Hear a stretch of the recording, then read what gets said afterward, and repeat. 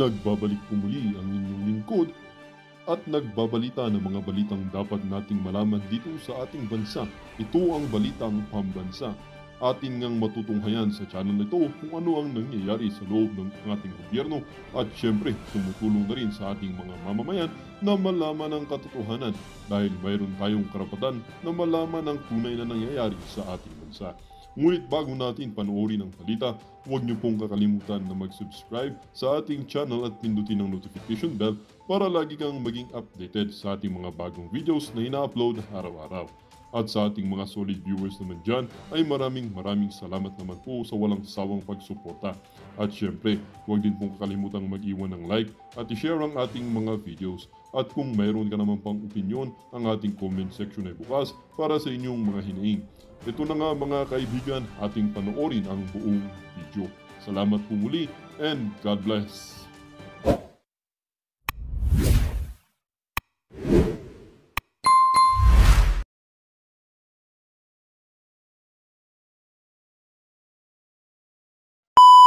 Importante niyan, hindi kami. Ang tanong, sino? Yun. Pag sinabi mo kasing hindi kami, linawin natin to ha. Ibig sabihin meron pa rin, di ba? Halimbawa, merong kumakain po kaming banatero, si Boss Dada, Coach Oli, si Master Jude at saka si Jay Guevara. Tapos umorder ako. Umorder ako ng crispy pata. Di pag-order ko ng crispy pata, kaya lang biglang may tumawag sa akin, importante. At hindi pwedeng marinig ng mga kasamahan ko. So tumayo ako, tapos biglang, hello. Ganyan. Pagbalik ko, buto na lang yung crispy pata. Buto na lang siya. Tapos sabi ni Boss Dada, hindi ako yan. Sabi naman ni Jay Guevara, hindi kami yan. Anong ibig sabihin po no mga kababayan? Simpleng-simple lang. Hindi nga kayo. Pero meron. Di ba? Meron nung kumain ng crispy pata ko. Hindi kaya si Coach Oli yun? O si Master Judea? Ayun po ang sisteho dito. Sabi niya nga, mayroong karapatan si Ungab na tumakbo sa Supreme Court, blah, blah, blah, ganyan. And all the same-minded people. Ngunit dapat subalit. Ang tanong dito ay, meron. Di ba? Kasi sabi mo, hindi kami. Mali. Kaya nga tinatanong ko sa inyo mga kababayan, eto po kaya ay nadula si Sir? May nilalaglag si Sir? O baka umiiwas pusoy lang si Sir? Yun ang ating katanungan dito na kayo ho ang magko-conclude kung ano sa tingin ninyo. Pero ako, first of all, sa opinion kong ito yung pagsabi niyang and all the same-minded people, alam niyo ho ba yung psychological explanation dyan? By not mentioning PRRD, he is trying na ibaba o di kaya hindi ibigay ang karapat-dapat na honor doon sa tao. Sa madaling salita po parang parang siya nasabing you are irrelevant. You are no longer part of the talk. Pero alam nyo mga kababayan, whether you like it or not, talagang malaking factor talaga si PRRD. Kasi pag si PRRD nagsalita, ang buong gobyerno nayayanig. Yun ang katunayan dito. Pero gayon pa man, si Bersamin parang binaliwala lang niya ang Pangulong Duterte. Okay lang, sige lang. Opinion mo yan, karapatan mo yan. Pero dito sa pangalawa mong sinabing hindi kami, mukhang hindi ka makakalusot dito. Tingnan yung reaction ni Sir parang tila, sandali. Kaya nga ako may iba akong opinion. Mamaya ako sasabihin sa inyo sa ending. Meron tilang parang nadula si Sir. Kasi tingnan ninyo, bigla siyang kumabig ng konti.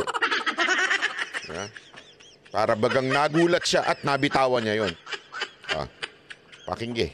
Ang mananagot dyan kung meron mang pagkukulang. Nako, yun. Kung meron mang pagkukulang. Medyo kabig ng konti. Hindi kami.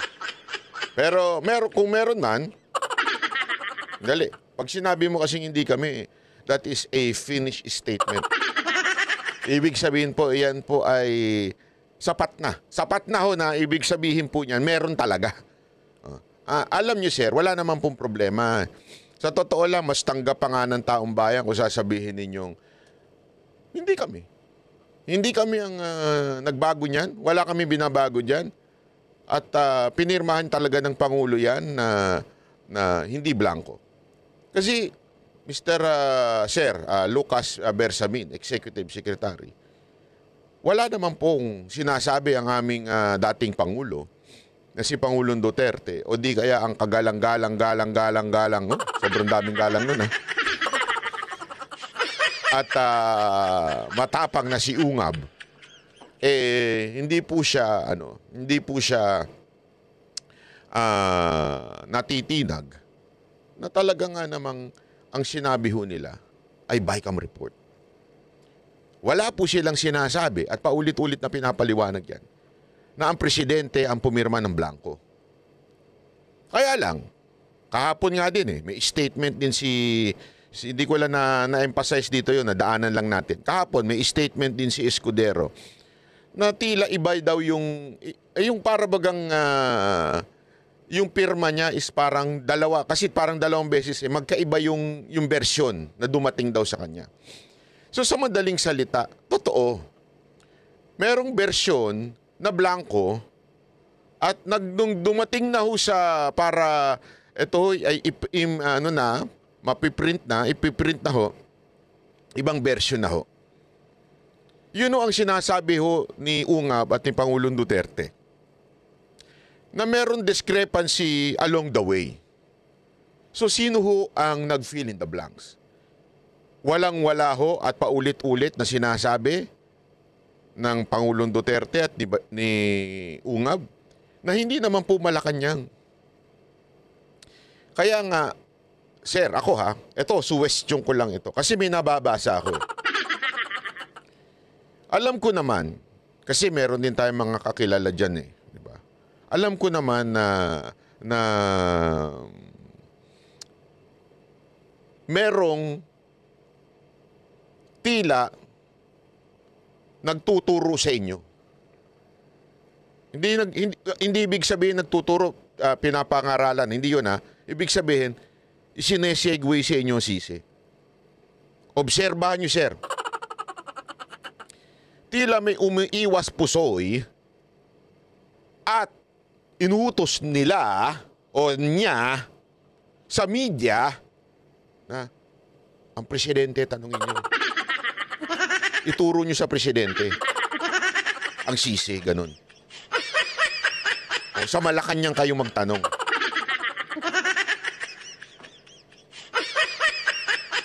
Parang tila ganyan ang packaging o ang turo sa mga media.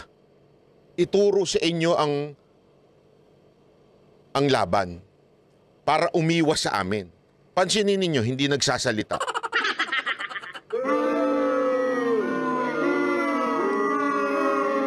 Na dapat siya talaga ang sumasagot. Tama, mali?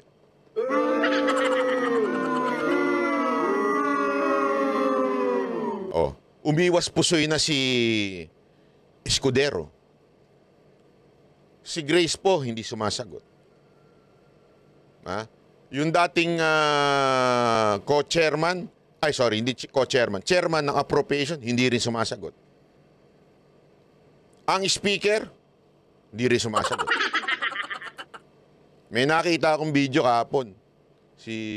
Yung bagong chairman ng appropriation. Iniiwasan ng media. Nagmamadali daw pero hindi naman mukha nagmamadali. Umiiwas sa media. Hindi rin makasagot. Tila bagang ang instruction is tahimik tayo, ituro natin, kayo mga media, ang interviewin nyo Malacanang. Malacanang ang bugbugin ninyo ng sisi para mag-away sila. Kaya sir, ako eto, basa ko lang ho ito. Baka naman ipinapasa na lang sa inyo ang sisi.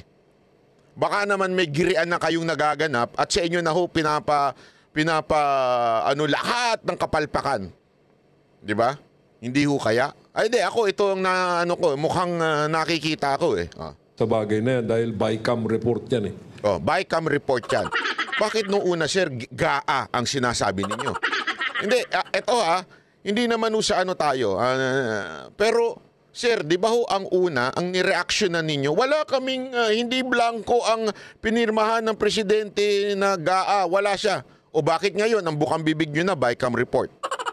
After how many days? Kasi nga sir, lagi ko hong sinasabi itong paulit-ulit, lalo na sa mga government official, bago ho kayong mag-react, pag tinanong kayo, sabi ni ganito ka daw, ganyan bla bla, wag muna kayong mag-react.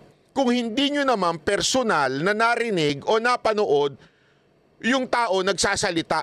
Kasi it's just a matter of one word can change everything. Mantakin mo, GAA yung una ninyong sinasabi na wala kaming pinirmahang blanco sa GAA. Ang tunay naman sinabi, BICAM report. So ibig sabihin, pinalitan lang yung GAA, yung BICAM report ng GAA para linlangin kayong sumagot kayo ng palaban doon sa nagsabi na BICAM report. Pinalitan yung salita.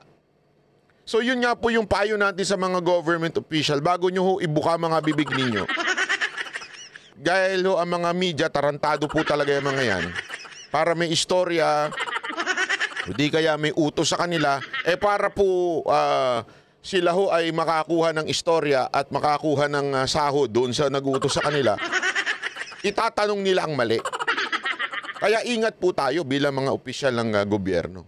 Tuloy. Mananagot dyan kung meron mang pagkukulang sa bagay na yan dahil BICAM report yan eh. Yun. Wala kaming kinalaman sa BICAM report. Yun! Alam nyo naman pala si Ray, bakit kayo ho nag-react noong una? Nag-GAA. Hindi po GAA. Kaya nga sir, tamang-tama ho yung siba. Kaya nga sinabi ko ng mga nakaraang araw, sir, I think you are just answering a wrong question.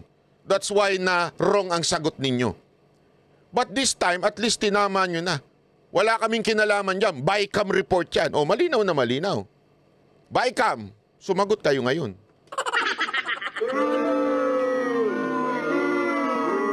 Tinuturo na sa inyo ng Malacanang, kayo ang dapat sumagot. BICAM, sumagot kayo! Gago! Hindi, yan talagang dapat Sila ang sumagot. Bakit si Escudero lang sumasagot? Tama, mali. Romualdez, sumagot ka.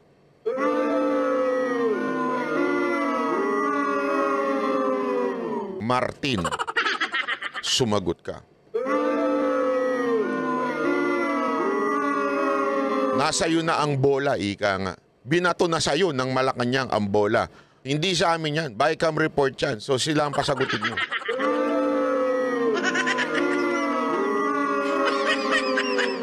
Kung mananahimik ka pa rin, Speaker Martin Romualdez, ay hindi pwede yan. Dahil yan ay responsibilidad ninyo bilang isang speaker, responsibilidad ninyo bilang representante, responsibilidad ninyong ipaliwanag sa taong bayan ano ang nangyari dyan sa BICAM report. Dahil marami na pong patunay.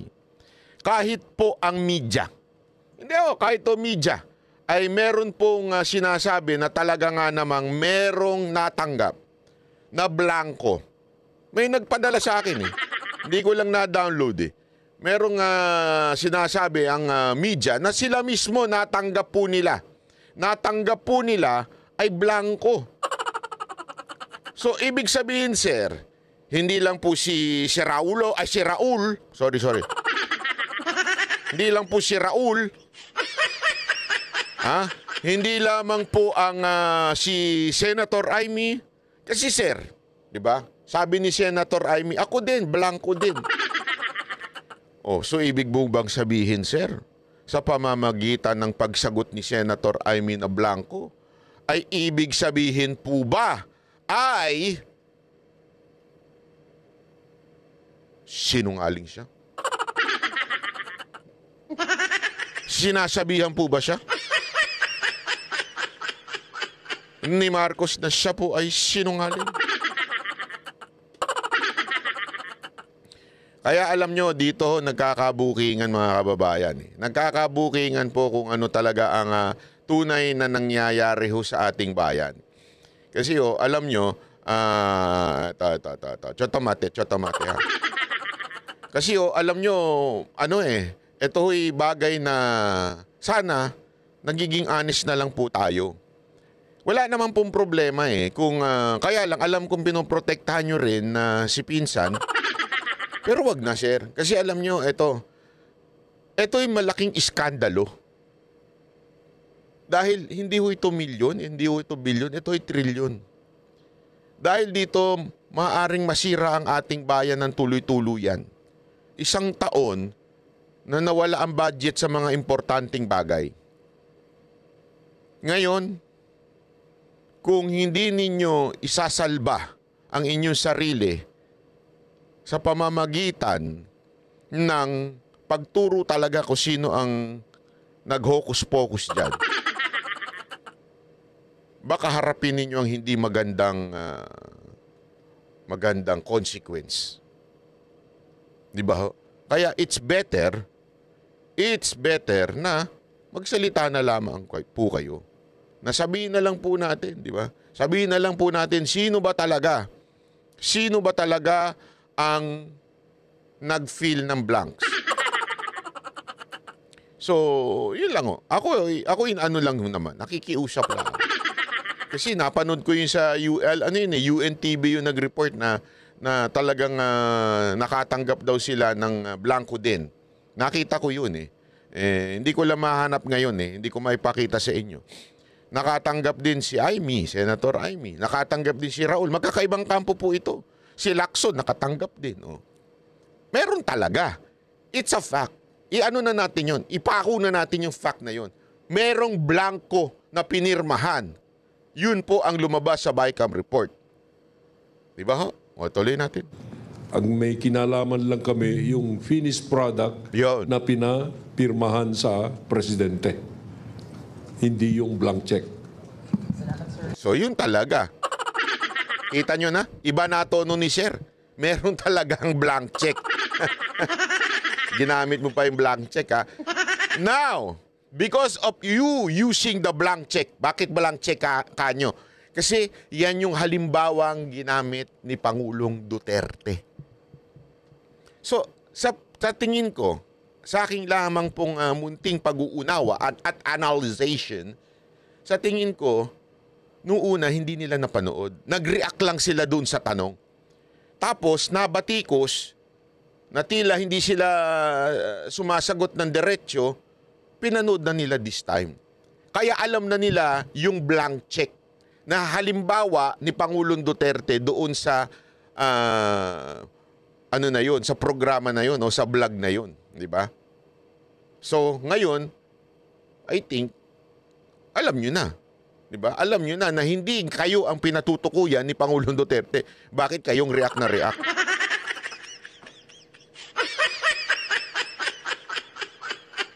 Kasi nga po, mga sir, mga ma'am, dahil po kayo po ay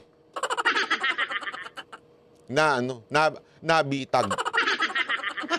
Nabitag. Nabitag ng mga media. Ang tanong, nandyan po ba si Ben Tulfo? At nabitag kayo? Hindi, speaking of Ben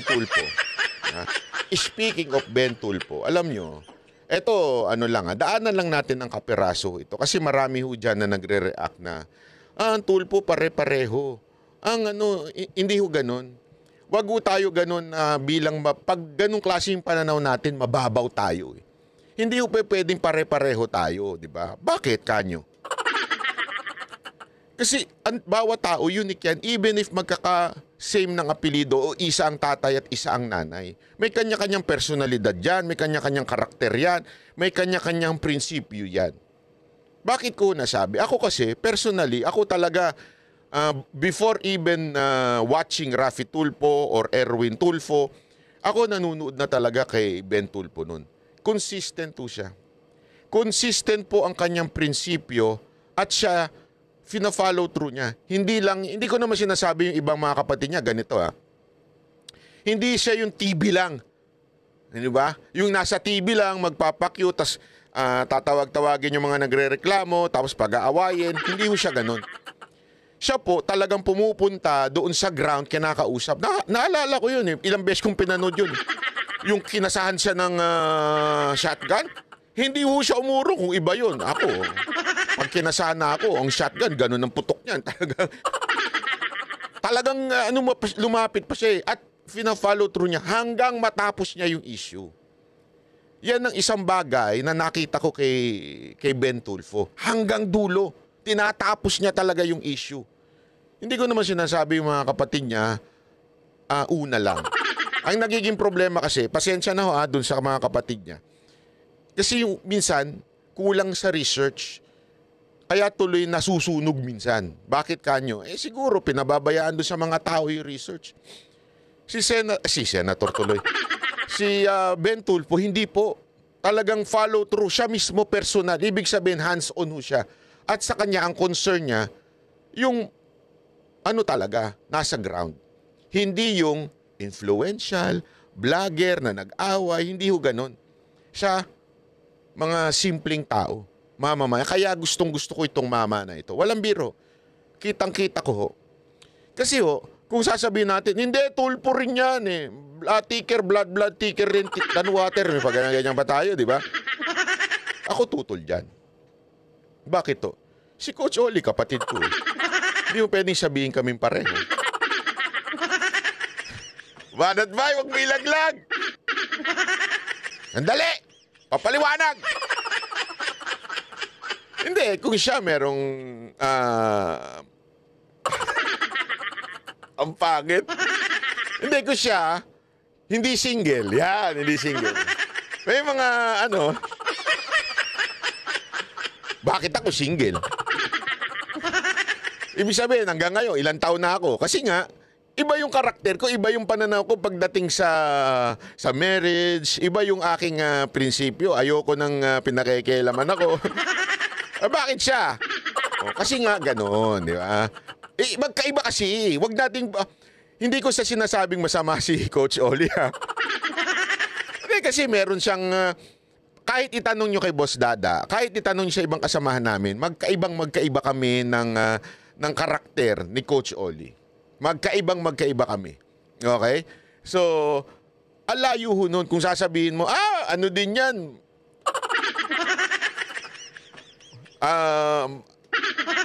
Halimbawa, si Coach Oli, tagal maligo niyan. Tapos, pag nagbihis yan, mga dinaig pa babae niyan. Yung babae, 2 oras na diligo na nagbibihis. Ganun si Coach Oli, kaya lagi nalilate. Pero po ako, 5 minutes. Nakabihis na, nakaligo na, nakatae na. 5 minutes, nandyan na ako sa baba.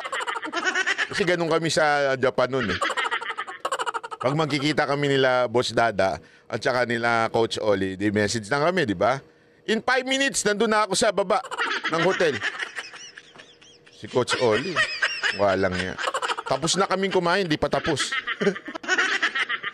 Kasi nga magkakaiba nga, nagigets niyo ibig sabihin, ganun din po ang mga Tulfo. Hindi, pinapaliwanag lang po natin Kasi yung iba dyan, typical mag-isip, hindi, Tulfo, ganito.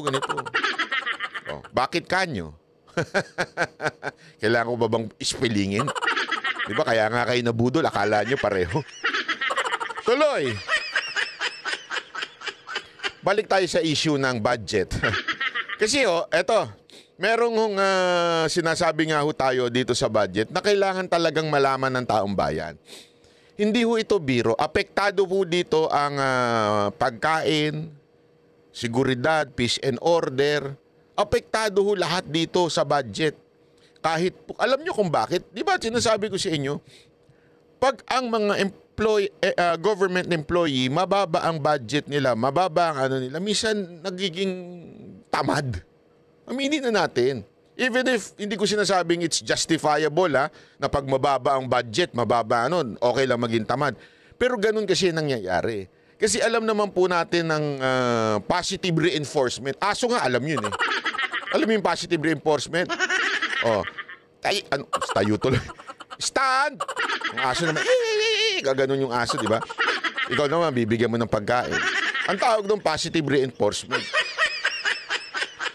Ganon din sa mga empleyado. Ngayon, kung tatanggalan mo ng budget, abay malamang, magsasuffer mga performance nitong mga government employee na ito, di ba? So, yun yung importante. Kaya hindi yung pwedeng pakawalan natin ng issue ng budget. Anong nangyari dito sa budget? Sino yung gagong... Pwede ko ba sabihin putang ina? Ayoko sabihin pero wag na nga. Wag ko na sabihin. Sino dito yung gago na bakit kayo pumayag sa budget na blanco? At sino dito yung sumulat ng mga blanco na yun? Aba, matindi ka pa sa jowa Talagang unlimited Unlimited ang iyong allowance Ikaw na naglalagay. Hindi pwede yan.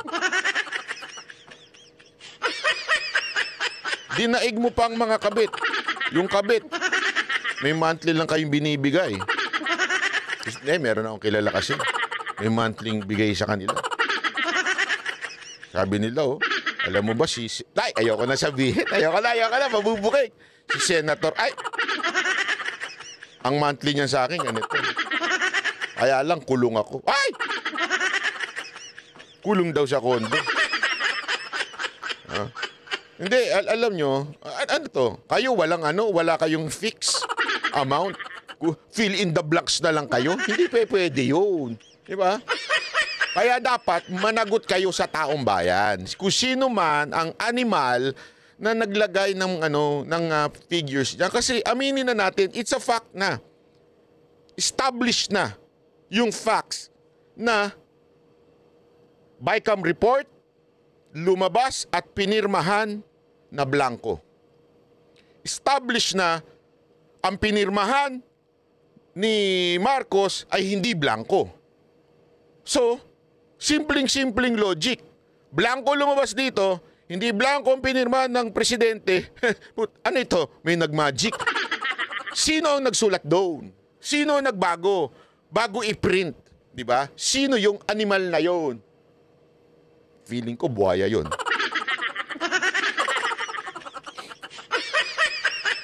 Feeling ko, pag tiningnan mo yun, mukhang buhaya yun. Busog na siguro yun sa pera.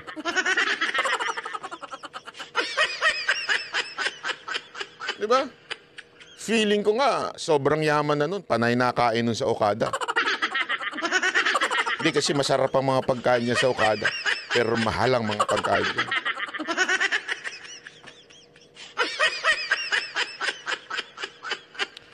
Alam nyo mga kababayan, nakakapagtaka lang kasi kung ganito ang nangyayari sa bayan natin at ini-ignore lang natin, this is not good. This is not good. We really have a problem sa bansa natin kung ganito ang siste. Sana tingnan natin ito dahil malalaho pagka ganito. Ibig sabihin po talagang ultimong mga magkakaalyado. Yeah? I mean, yung alam naman natin magkaalyado ang Malacanang at ang Kamara. Naggagaguhan din sila. Partikular na ginagago ng Kamara ang Malacanang. Hindi ho tama ito. Hindi ho tama ito dahil ako sabi ko nga sa inyo, dito sa mga banateros, pag tama palakpakan, pag mali banatan. Hindi ho tayo yung tipo ng sigaw lang ng sigaw na Marcos resign, hindi ho tayo yung ganun. Sa atin po kasi, gusto natin kaayusan, magbago. Yun ang natin, ang main goal natin, kaayusan, magbago, hindi lang ang magpalit. Kasi pagka ganun ang ating motibo, ano lang tayo, idolater lang tayo. Ibig sabihin, we just idolize people. Hindi ho tayo ganun. Tayo ho, mga banateros, ang tingin natin issue-based. Kailangan maayos ang bayan. Kahit sino umupo, dapat ayusin niya. Kahit sino pa yan, pag hindi niya inayos, babatikusin ng banateros yan. Kasi ang ating goal dito, it is not the politicians. Ang goal natin dito, taong bayan. Those who need justice, those who need help. Wala tayong sasantuin dito. At the same time, hindi naman po tayo tulad ng mga NPA at mga aktivista at mga komunista. Na aktivista ho. Hindi ho tayo ganun. Na lahat na lang negative. Kung gusto nyo ng ganun, hindi ho kayo para kay Banatbay. Hindi ho kayo para sa Banateros. Hindi ho kayo ano. Kasi kung puro negative tayo, kahit sino pang ipalit natin dyan, kung negative tayo, darating ang panahon, babatikusin din natin yan. Iaano rin natin, itatapon din ho natin yan. Kasi yung kaugalian na ho natin ang problema. Di ba ho? Hindi lang ho basta-basta, alam mo yun, halimbawa, bibigyan ko kayo ng halimbawa. Ako po, sanay po ako sa empleyado eh. Marami po tayong mga empleyado. Ako wala ho kung sinisino-sino kung sino ka, kung ano. Ako, kung ano yung performance mo, dun ako. Kasi, pag pinalitan mo itong tao na ito dahil di mo lang kursunada magsalita, bastos lang, o di kaya, alam mo yun, may konting kang problema. Pinalitan mo. May makikita at may makikita kang problema din sa susunod. Kaya nga dapat issue lang. Hindi pwedeng palitan lang yan, di ko kursunada yan. Dapat tayo, issue tayo, titignan natin, may problema ba kay ganito? Pag may problema ganito, sabihin mo problema. Pag nagbago, palakpakan mo. Pag hindi nagbago, murahin-murahin mo. Tama, mali. Dapat ganun tayo mag-isip. Kasi diyan din nakasalalay yung iboboto natin sa 2025. Huwag ko tayong, kasi ano ito kampi nito ni Duterte. Kampi siya ni Duterte, solid ako ngayon. Puta. Again, I do not have problem with sa kakampi ni Duterte. Pero, tiningnan mo ba ang kanyang track record? Huwag tayo maging idolater na, basta Duterte yan. Hindi ko natitignan ng track record niyan. Tingnan natin ang track record. Ano ba ginawa niyan? Tumulong ba yan? Yan ba ay talagang consistent? Yung mga pinapangako niya, ginawa niya ba? Kung hindi, di wag na. Bakit niyo iboboto? Dahil Duterte? Kasi nga tandaan ninyo, mga kababayan, ganyan ang ginawa ninyo noong 2022. Kasi sabi ni Inday, iboto namin Tiningnan niyo ba? Nag-research ba kayo? Ano nangyari sa inyo? Di ba napahamak, nandamay pa kayo? Tama, mali. Pakisagot ako. Tama, mali. Di ba? Kaya nga, dapat po, hindi ganun. Dapat, ang diskarte pagdating sa botohan, hindi yung anong partido ka. Kasi, tandaan nyo, mga politiko yan. Lahat yan politiko. So, ibig sabihin, malamang, yung iba nanggagamit lang. Diba? Ginagamit lang niya itong particular na tao na ito para umabot siya doon sa gusto niyang mangyari, gusto niyang makuha, yung kanyang posisyon na yun. Huwag tayong ganun. Dapat titignan natin yung track record. Ginawa niya na ba yung pinapangako niya? Meron ba itong plano? Nasa ulirat ba ito? Baka namang gago rin to. Wala rin, alam mo yon. Kasi ang dami natin binotong ganyan aminin nyo, ilang beses na kayo nabudol. Bakit? Kasi kasama ni to. Kasama ni Inday to. Hindi lang pinatutukuyan ko dito yung presidente Kahit yung mga senador na itinaas ng kamay ni Inday, binoto ninyo, anyari. Nga, di ba? Hindi ko sinasabing hindi ko sinasabing mali yung ginawa ni Inday. Hindi yun. Kasi, di ba siya rin nga sinasabi niya na nagsisisi siya di ba? So, ibig sabihin, yung tao, nagkakamali din. Walang perpektong tao. nagkakamali din po si VP Sara Duterte. So maaari, alam mo yun, pumalpak yung inangat niya ng kamay. So anong punto ko dito? Tayo mga kababayan, responsibilidad natin yun. Hindi natin pwedeng sabihin, kasalanan ni Sara Duterte ito, kaya kami nabudol. Gago kayo, tanga kayo. Sorry real talk lang tayo dito Wala ho tayong ano dito. Yun ang, kung nasasaktan kayo, ibig sabihin, guilty kayo. Next time kasi, hindi porket tinaas ang kamay ni ganito, okay na yun. Tignan natin ang karakter. Tignan natin yung... Kaya nga, patuloy namin pinagmamalaki si Pastor Kibuloy. Dito, hindi ho ito kasi yung kanyang mga sinasabi ay nagawa niya na. Nakita na namin, personal naming nakita. So, ini-explain lang niya yung nagawa niya, kaya namin siya, ako para sa akin, tinutulong at kinakampanya ko. Kasi nga, naniwala kami, nakita namin, di ba? Yung kanina, sinabi ko sa inyo, si Ben Tulfo. Kasi nga po, nakita ko rin yun. Alam kong nasubaybayan ko yun more than anything else. At yung iba pang mga kandidato na ngayon sinusubaybayan ko. Kaya nga po, maganda, manood po kayo every Saturday and Sunday. 7 to 9 p.m. sa SMNI. Yung mga interview sa mga senador. Importante yon. Huwag kayong okay din naman manood dun sa iba na mga interview. Kaya lang, pag ikaw humarap ka sa 7 to 9 ng SMNI, ibig sabihin may bayag ka. Kasi hindi po kami na-spoon feed. Kaya nga kami ang pinili na maging host nung 7 to 9 every Saturday and Sunday. Kaya kami ang pinili kasi hindi naman kami nadidiktahan, lalo na si Banat Bay. Pasaway.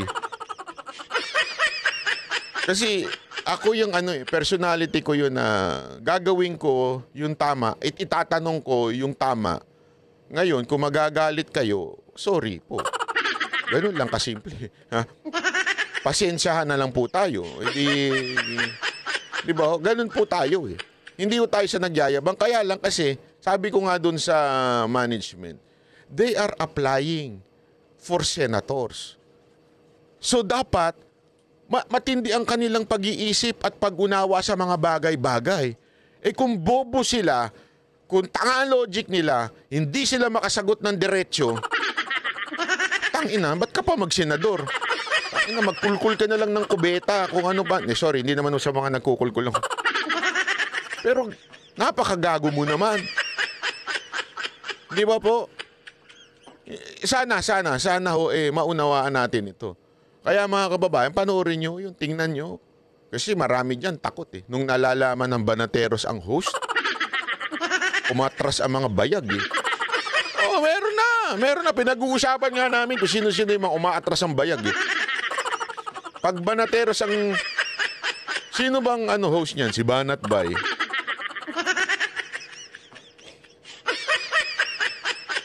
Oh, kasi nga, alam nila eh. Kaya pagka humarap, at least kahit papaano may bayad.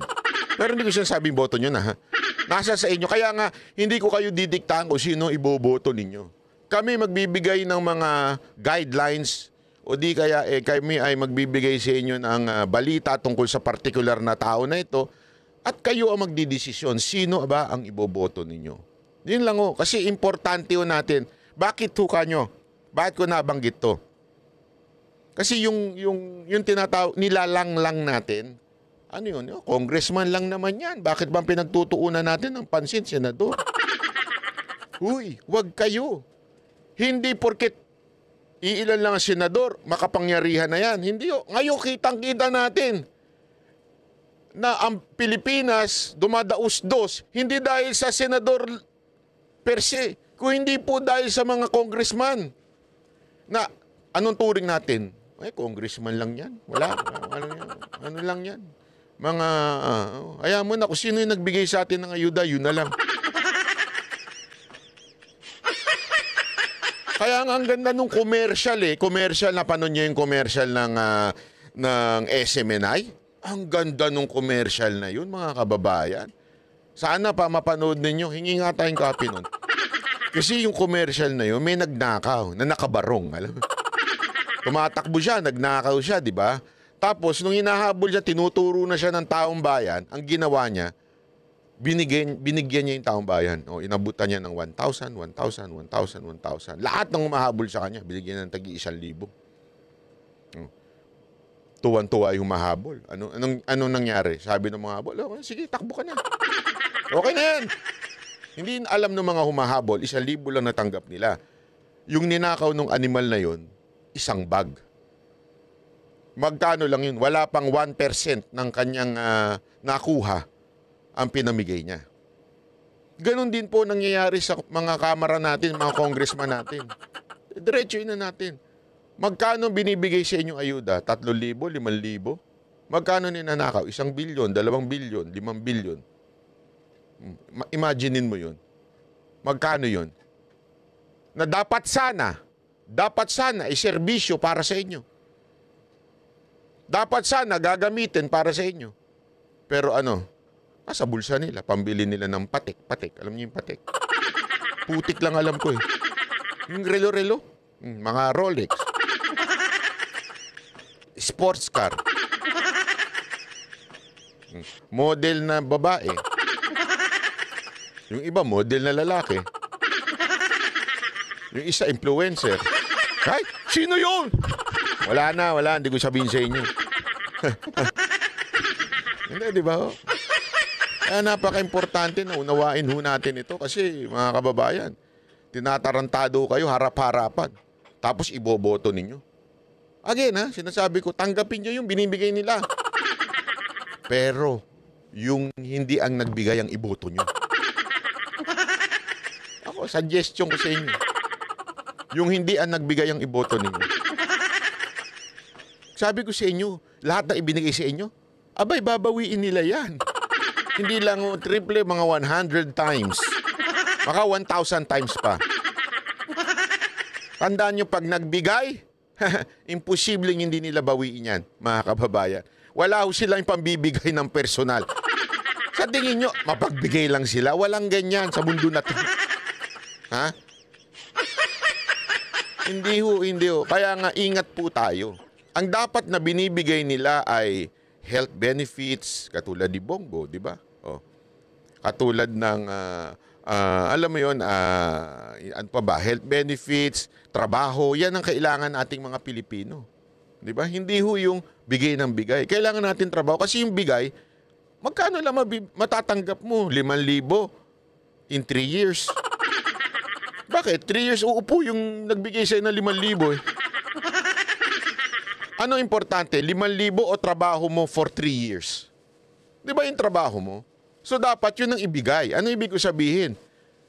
Dapat ang congressman at ang mga ang focus nila kung paano ang trabaho. Madagdagan ng mga trabaho. Hindi ho yung pamimigay ng pamimigay. Di ba ho? O di kaya batas para sa healthcare. Alam mo, nakakalungkot eh. Hindi ho, walang biro. Sa Pilipinas, 2 lang yan. Pag nagkasakit ka, mamatay ka dahil wala kang pera o mabuhay ka dahil may pera ka. Dahil mayaman ka. Pero sad to say, marami sa kababayan natin, yung mga nagdadialysis, chemo. Hindi, ito alam ko ito. Kasi nung panahon na nanay ko ay nagkikimo, talagang ubusan ng pera. Laki ho ng gastos, mga kababayan. Talagang naubos po ang lupa namin, bahay namin, dahil po sa gastos na yan. Di ba? Anong punto ko dyan? Ngayon ho kasi, talagang ganun. Mamamatay ka pag wala kang pera. Na sana, dapat, full subsidy sana yan ng gobyerno. Ang laki ng budget na inilipat ng PhilHealth. Mantakin mo ito zero budget ang ibinigay sa PhilHealth.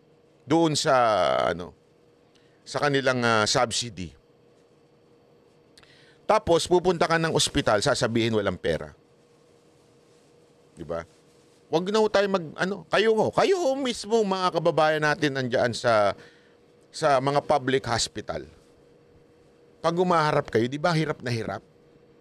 kailangan lalapit pa kayo kay congressman, hihingi pa kayo ng recommendation para makakuha dito sa DSWD o sa mga departamento ng ating pamahalaan. Bakit ganun? Nagmamakaawa kayo. Hindi kayo dapat nagmamakaawa. Karapatan niyo yan bilang Pilipino na nagbabayad ng tax. Mantakin mo, sa ibang bansa, walang problema, tax, go! Sus! Hindi, totoo. Tanungin niyo yung mga kababayan, mga kamag-anak niyo sa ibang bansa, okay lang mag-tax. Kasi ramdam namin eh.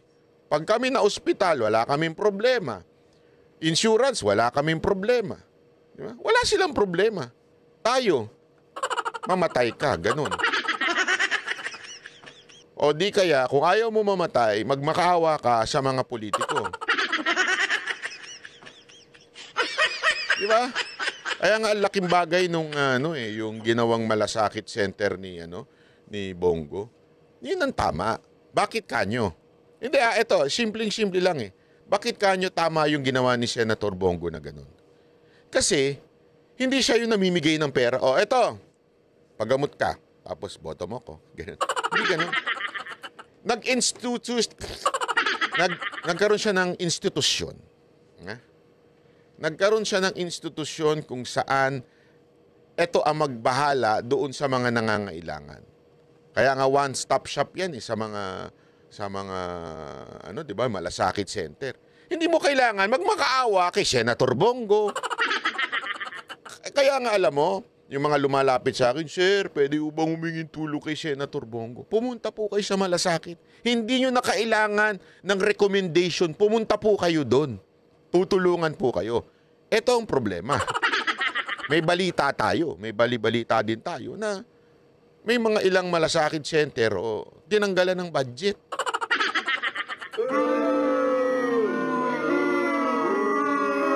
Hindi kasi, alam naman natin, di ba? Tumatak sa isipan ng mga bawat Pilipino na ang malasakit center talagang yan ang sa madaling salita, baby ni Senator Bongo. Yan talaga ang baby niya. Yan, dahil po dyan, talaga nga namang nakilala siya. Kasi tinutukan niya yan eh. Yan ang gusto ko sa kanya. Hindi yung bigay dito, bigay dito. Although tumutulong si Senator Bongo, ha? As in tumutulong po siya. Witness po ako dyan. Pero hindi lang po yun. Talagang gumawa po siya ng programa o nag-anon siya ng batas na talagang meron malasakit center. Di ba? Pinondohan niya yun ng batas. Di ba? So ano dito? Ngayon, tila may nanggagago sa kanya. Parang siyempre, mabawasan ng kakampi si Pangulong Duterte, pero hindi nila matitinag si Senator Bongo dahil grabe ho ang tumulong niya. Wala ho akong politikong LGU, mga mayor na nagsasabing, tarantado yan si Bongo. Wala. Kahit kalaban, kahit iba kulay, laging sinasabi nila, grabe yan, matulungin yan sa amin. Wala akong masabi dyan. Talagang nung panahon ni Duterte, kahit kalabang kami, sabihin, hindi kami pareho ng partido, tinutulungan kami niyan. Kasi ganun sila. Yun ang tunay na tulong. Hindi tumitingin ng kulay. Di ba? Ngayon daw, may mga bali-balita tayo. Tinanggalan ng pondo yan para magalit yung mga Pilipinong lumalapit sa malasakit. Para sisihin si Bongo at sabihin nila, wala naman pala yung programa mo, wala naman budget. O di ba? Ganyan eh. Kaya sana lang, tignan nun natin kasi bakit ko sinabing kailangan natin bumoto ng tamang mga congressman? Kasi mga congressman na nagtanggal ng budget eh. Diba? Sila ho ang nagkaltas-kaltas niya during budget deliberation. Kaya nga ho napaka-importante ng iboboto ninyong congressman. Kung boboto rin kayo ng walang kwenta, yung simpleng committee, hindi mabanggit, anong mangyayari sa inyo? Yung pabago-bago, dati pinupuri ang war on drugs, ngayon hindi na.